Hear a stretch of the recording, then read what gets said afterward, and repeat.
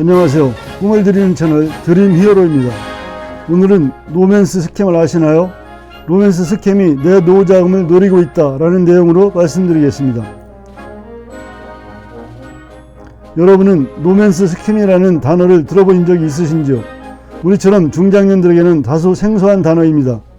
연애를 의미하는 로맨스와 신용사기를 의미하는 스캠의 합성어로 신종사기 수법입니다.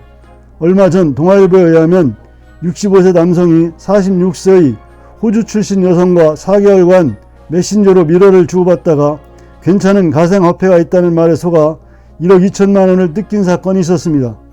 또한 직장에서 은퇴한 60대 남성은 채팅 앱으로 만난 여성이 수술비가 필요한데 해외에 돈이 묶여있다고 호소하자 800만 원을 먼저 보내고 노후자금 5,100만 원까지 보내려다 은행 직원이 금융사기 가능성이 있다며 경찰에 신고한 덕에 추가 피해를 면했다고 합니다. 또한 KBS 뉴스에 의하면 메신저와 영상통화 등으로 호감을 표시하고 친분을 쌓은 여성으로부터 온라인 쇼핑몰에 입점하면 큰 돈을 벌게 해주겠다는 말에 속아 투자금만 날린 중년 남성들이 다수 발생했다고 합니다. 사례에서 보았듯이 사랑의 마음을 악용해서 돈을 뜯어가는 사기 수법인데요. 종전까지는 주로 젊은 층에서 일어나는 일이었습니다. 그런데 요즘엔 위로에 힘들어하는 은퇴자들이 많아지면서 중장년층도 노리고 있습니다. 그렇다면 어떻게 하길래 그렇게 돈을 보내주게 될까요? 사기에 당하는 사람들이 특별히 부족해서일까요? 아닙니다. 평범한 사람들도 그들의 교묘한 수법에 당하게 된다는 것입니다. 사기꾼들의 수법을 보겠습니다. 사기꾼들은 페이스북, 카카오톡, 밴드, 트위터, 소개팅 앱 등 소셜미디어를 통해서 이성에게 접근합니다. 처음에는 그냥 평범하게 말을 걸어오는 수준이죠. 프로필 사진이 마음에 든다거나 관심사에 대하여 서로 공통분모를 찾아서 대화를 유도합니다. 그리고 자기의 일상을 지내는 사진을 보내기도 합니다. 물론 그 사진도 대부분 위주인 경우가 많습니다. 어떤 경우에는 자기가 외국에 살고 있는데 한국에 꼭 가보고 싶다며 이것저것 여러 가지를 물어보기도 합니다. 어쨌든 많은 부분에 대하여 각자의 생각을 공유하며 대화를 하게 됩니다. 그런 상황이 한두 번도 아니고 매일의 일상이 되고 그 기간이 3개월, 6개월을 넘게 되면 이제 어느 정도 속내를 털어놓게 된다는 것이죠. 피해자는 자기에게 마음을 나눌 수 있는 괜찮은 이성 친구가 생겼다고 믿게 됩니다. 그리고 그 사람을 위해서 무엇인가 해주고 싶은 마음도 생기고요. 어떻게 보면 가스라이팅 단계에 이르게 되는 것입니다.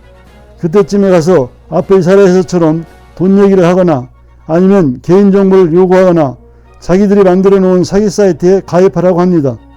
어떤 경우에는 사기꾼은 나를 도와주고자 하는 사람이 송금을 해준다는데 내가 한국에 통장이 없으니 돈을 대신 받았다가 가상화폐로 나에게 건네달라고 합니다.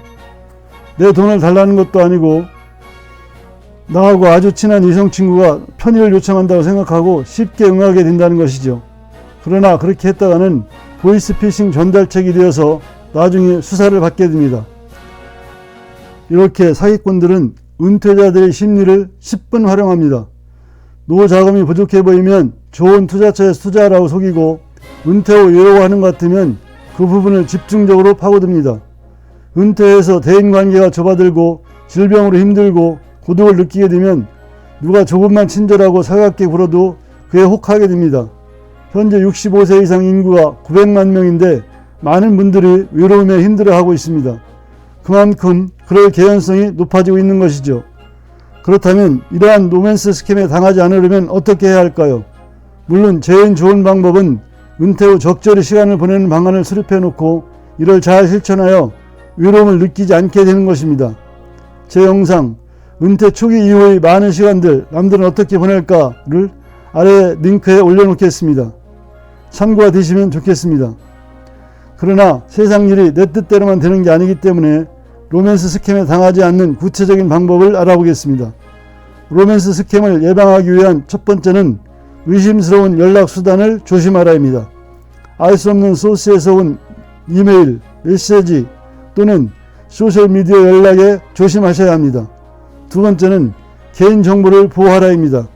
개인정보를 제공하기 전에 상대방에 대해 신중히 조사하고 민감한 정보를 쉽게 공유하지 않도록 주의해야 합니다. 세 번째는 만남을 요청하는 것입니다. 만약 온라인으로만 연락을 받았다면 가까운 관계가 되기 전에 실제로 만나기를 요청해 보시기 바랍니다. 만날 수 없다면 의심스러운 상황일 수 있습니다.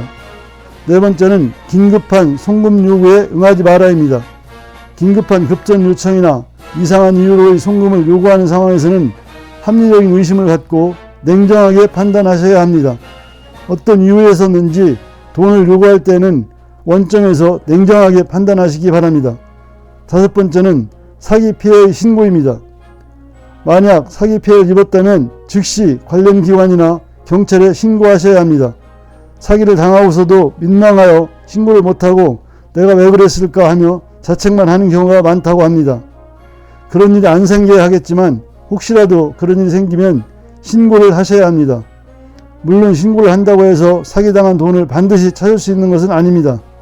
그러나 신고를 해놓아야 추가 피해를 막을 수 있고 혹시 나중에 공범으로 몰리는 어려운 상황에서 피해 나갈 수 있습니다. 로맨스 스캠은 주로 신뢰를 기반으로 하는 사기이므로 의심이 생길 경우에는 즉시 조치를 취하는 것이 중요합니다. 오늘은 우리에게는 다소 생소하지만 얼마든지 일어날 수 있는 로맨스 스캠에 대하여 말씀드렸습니다. 끝까지 시청해 주셔서 감사합니다. 구독, 좋아요 부탁드립니다. 준비된 노후는 축복입니다. 감사합니다.